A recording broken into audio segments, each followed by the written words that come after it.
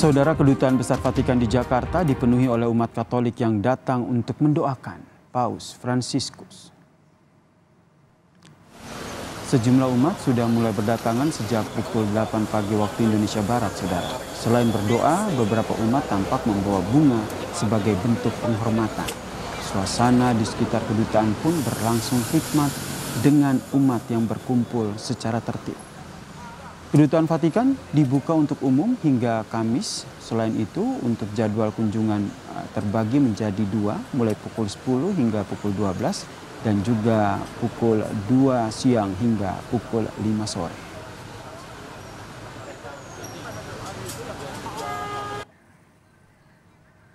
Ratusan umat Katolik Paroki Gereja Maria Bunda Selalu Menolong Kamba Jawa, Kabupaten Sumba Timur melaksanakan perayaan Ekaristi atau doa bersama untuk mengenang Paus Fransiskus.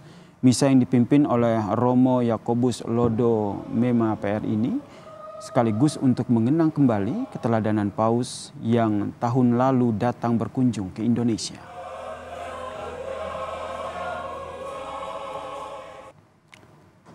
Tahta Suci Vatikan merilis video Paus Fransiskus yang terbaring di peti mati terbuka, saudara. Jenazah Paus Fransiskus memakai jubah merah dengan mitra kepausan di kepalanya dan rosario di tangannya. Video tersebut diambil di Kapel Casa Santa Marta, kediaman Paus Fransiskus selama menjalani misi kepausan di Vatikan.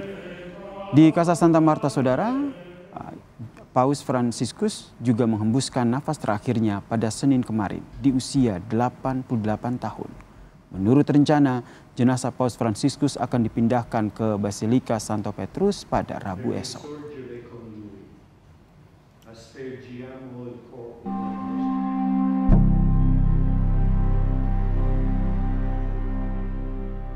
Dunia kehilangan pendorong perdamaian dan rendah hati dengan meninggalnya Paus Fransiskus. Di penghujung masa pelayanannya, Paus Fransiskus menyampaikan pesan Paskah pada Minggu 20 April 2025 yang menekankan pentingnya harapan akan perdamaian global dan penolakan terhadap kekerasan di berbagai belahan dunia. Paus juga menyerukan gencatan senjata di Gaza. Faccio appello ai belligeranti. Cessate il fuoco. Si liberino gli ostaggi. Si presti aiuto alla gente che ha fame e aspira ad un futuro di pace. Para pemimpin dunia memberikan penghormatan setelah wafatnya Paus Fransiskus. Dunia telah kehilangan sosok yang sangat bersahaja dan menjadi simbol panutan. Presiden Amerika Serikat Donald Trump menyampaikan duka mendalam atas wafatnya Paus Fransiskus. Sebagai bentuk penghormatan, Trump memerintahkan pengibaran bendera Amerika Serikat setengah tiang di seluruh negeri. Trump menggambarkan Paus Fransiskus sebagai sosok penuh kasih dan berdedikasi. He was a good man, worked hard, he loved the world, and it's an honor to do that. Perdana Menteri Australia membatalkan sejumlah agenda kampanye pemilu federal hari ini. Ia memilih menghadiri misa peringatan wafatnya Paus Fransiskus di Katedral St. Patrick, Melbourne. Ia mengenang Paus sebagai pemimpin yang paling berpengaruh pada abad ini. He demonstrated his commitment to peace, equality, and inclusion. Pope Francis's love for humanity was powerful and profound.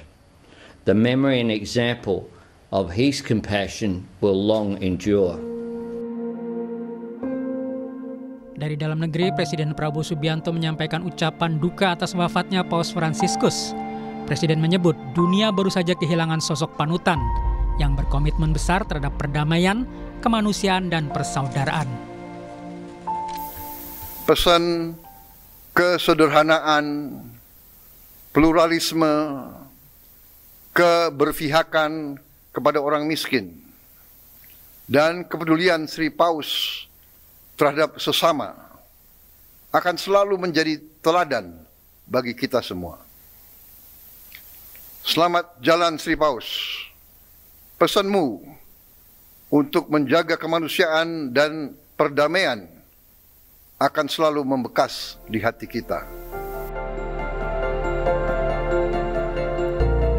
Paus Fransiskus akan selalu dikenang sebagai mercusuar belas kasih, kerendahan hati, dan keberanian spiritual oleh jutaan orang di seluruh dunia.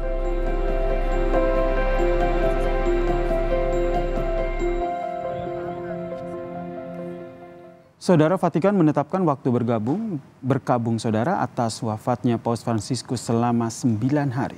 Jenazah Paus Fransiskus akan dimakamkan di Basilika Santa Maria Maggiore. Lalu bagaimana kondisi terkini di Vatikan? Kita tanyakan pada kontributor Kompas TV di Vatikan, Antonius Agnindito yang berada di Vatikan. Kami juga akan bergabung dengan jurnalis Kompas TV Fedriska Arnanda yang juga memantau bagaimana kondisi di Kedutaan Besar Vatikan Jakarta, tempat berkumpulnya umat Katolik untuk mendoakan Paus Fransiskus. Kita ke Fedriska Arnanda terlebih dahulu. Bagaimana kondisi di sana?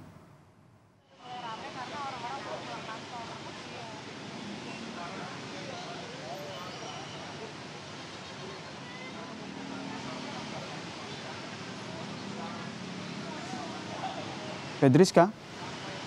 Ya, Yasir, hingga sore hari ini umat Katolik yang ingin menyampaikan rasa bela duka atas berpulangnya Paus Fransiskus pada Senin kemarin ini masih ramai. Bisa Anda lihat di belakang saya ini merupakan masyarakat yang masih mengantri begitu ya untuk memasuki area Nusantara Apostolik ataupun Kedutaan Vatikan di Indonesia. Di mana pada hari ini Kedutaan Besar Vatikan untuk Indonesia ini kemudian membuka kantornya ini untuk menerima rasa bela duka dari umat Katolik yang kemudian ingin menyampaikan rasa duka secara langsung, di mana kalau misalkan kita ketahui juga ya, dan juga saudara, ketika Paus Fransiskus ini melaksanakan perjalanan apostolik ke Indonesia, tempat ini cukup penting begitu ya, di mana ketika itu Paus ini menginap di sini dan juga kemudian ketika melakukan aktivitas ini juga masyarakat juga banyak yang menunggu Paus di depan Kedutaan Besar Vatikan ini, di mana pada saat itu Paus ini juga memberikan rosario kepada masyarakat yang menunggu secara langsung. Nah, begitu pula pada sore hari ini tadi kalau misalkan tadi saya sempat berbincang juga dengan salah seorang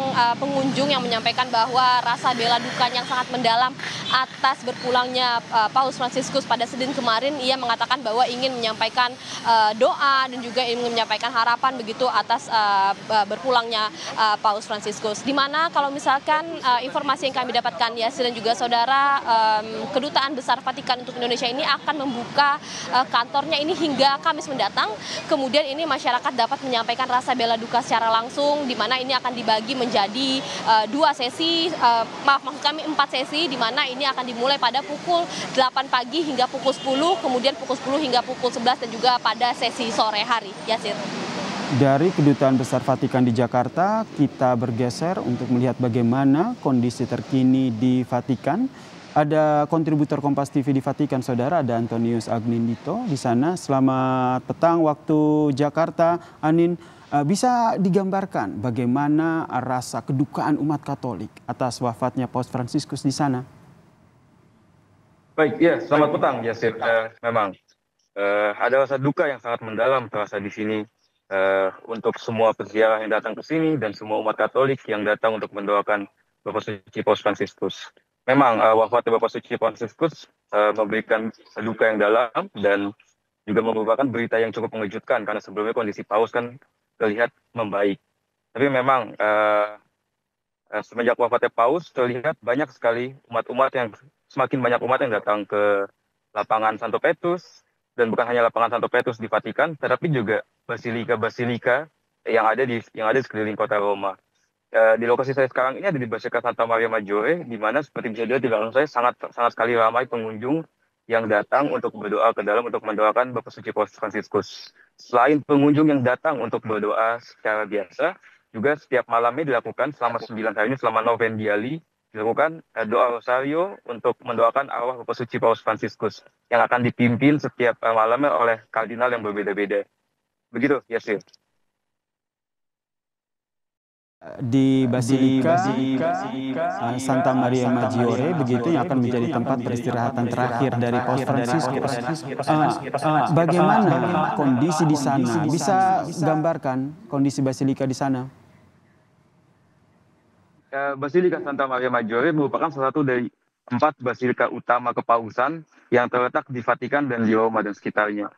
Ini adalah basilika salah satunya, di mana basilika yang 3 lainnya adalah satu Basilika Santo Petrus, kedua Basilika Lateran, ketiga Basilika Santo Paulus di luar tembok. Ya, ini adalah basilika yang cukup penting. Kondisinya di sini sangat-sangat ramai. Banyak sekali pengunjung yang datang, peziarah yang datang untuk mendoakan Bapak Suci Paus Fransiskus. Karena memang di basilika ini, di depan basilika di belakang saya, adalah basilika di mana Bapak Suci Paus Franciscus menyatakan bahwa beliau ingin dikuburkan di basilika ini. Jadi memang ini adalah basilika yang sangat penting untuk beliau. Kenapa? Karena semenjak awal kepausan beliau, beliau sangat suka atau sangat sering berdoa di basilika ini di depan patung Bunda Maria pelindung kota Roma. Dan beliau biasanya selalu melakukan itu setiap dan sesudah, sebelum dan sesudah melakukan perjalanan apostolik. Jadi memang ini adalah basilika yang sangat penting bagi beliau. Basilika ini sendiri adalah basilika yang tadi saya sampaikan, adalah basilika yang cukup penting, dan basilika yang sudah didirikan semenjak abad ke-5 Masehi. Memang secara tradisi gereja Katolik selama beberapa tahun-tahun terakhir atau beberapa paus-paus terakhir, jarang sekali atau mungkin tidak ada paus yang dikuburkan di sini. Karena sebagian besar dikuburkan di Basilika Santo Petrus. Namun Bapak Suci Paus Franciscus bukanlah merupakan paus pertama yang dikubur di sini, ya sir. Selain Bapak Suci Paus Franciscus, terakhir pada sekitar tahun 1690 atau 1700-an, sudah ada paus-paus yang lain juga yang dikubur di sini. Seperti misalkan Paus Clemens, Paus Pius, dan sebagainya. Begitu, ya sir. Baik, terima kasih kontributor Kompas TV di Vatikan, Antonius Agninito, atas informasinya langsung dari lokasi jenazah Paus Franciscus dimakamkan, yaitu di Basilika Santa Maria Maggiore.